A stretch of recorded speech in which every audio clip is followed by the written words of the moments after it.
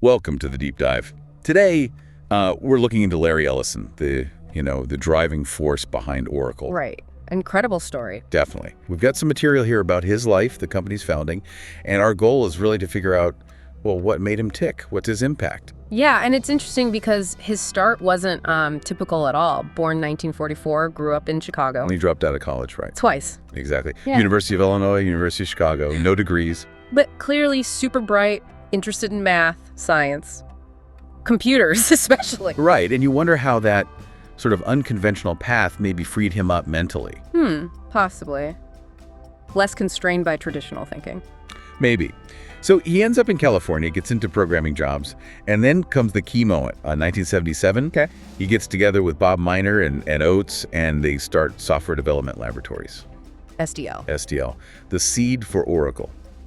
And the big spark was Edgar Codd's research on relational databases. That was it. You have to picture it. Data management then was often, well, a mess, like a giant unorganized closet. Okay. Codd's research was like a blueprint for organizing that closet logically, making connections between things. So Ellison saw the business angle. He absolutely did. He realized companies would pay a lot for a system that could, tame all that data, make it easy to find what you need. Which led them to Oracle 2, 1979.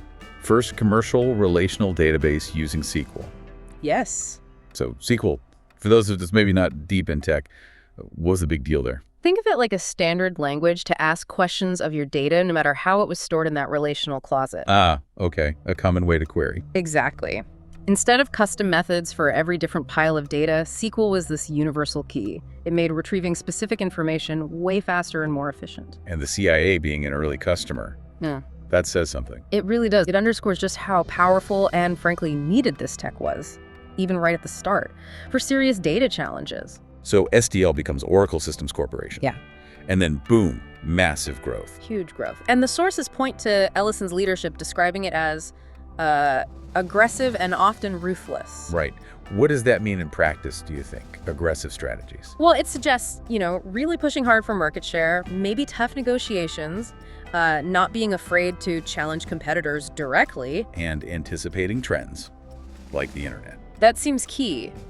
He saw where things were going. He positioned Oracle to ride that wave, not get swamped by it. Which fits with the next phase, right? The early 2000s, that big buying spree. Oh, yeah. A major shift in strategy. They started acquiring other big companies. Sun Microsystems, NetSuite. Those were huge deals. They were. And it wasn't just about getting bigger. It was about transformation. Into cloud services. Exactly. Ellison saw that the future wasn't companies owning tons of hardware. It was about providing software, storage, computing power as a service over the internet. These acquisitions gave them the pieces they needed. So a really prescient move looking back. Definitely. It kept Oracle incredibly relevant. Now, beyond the pure business side, the sources touch on his personality. Larger than life. The yachting, the America's Cup win in 2010. Right. Oracle Team USA. How does that fit in? Is it just a hobby, or does it tell us something about his business approach? I think it points to that same competitive drive, a desire to win, to push boundaries, take on massive, complex challenges, whether it's sailing or software. Makes sense. A certain relentless quality. Seems like it. It probably influenced how you ran the company. So, summing it all up, college dropout to, well, tech legend. What's the core legacy? I mean, fundamentally, he changed how businesses think about and use data. He saw the potential in relational databases when others didn't, built a global powerhouse around it, and then pivoted that powerhouse towards the cloud. He really shaped the infrastructure of the digital world we live in. Absolutely. He played a massive role. And if there's one thing for listeners to take away from this, I'd say it's that combination, perhaps. Having the vision to spot a truly game-changing technology like Codd's database ideas, but also having that relentless determination to make it a reality, build a business, and adapt, even if your path isn't the standard one. yeah, the vision and the execution. So here's a final thought for you to consider. How much of our current data-driven world traces back to that initial bet Ellison made on relational databases? Taking something academic and seeing its immense practical power.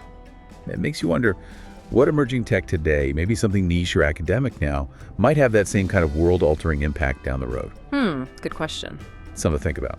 Thanks for diving deep with us today.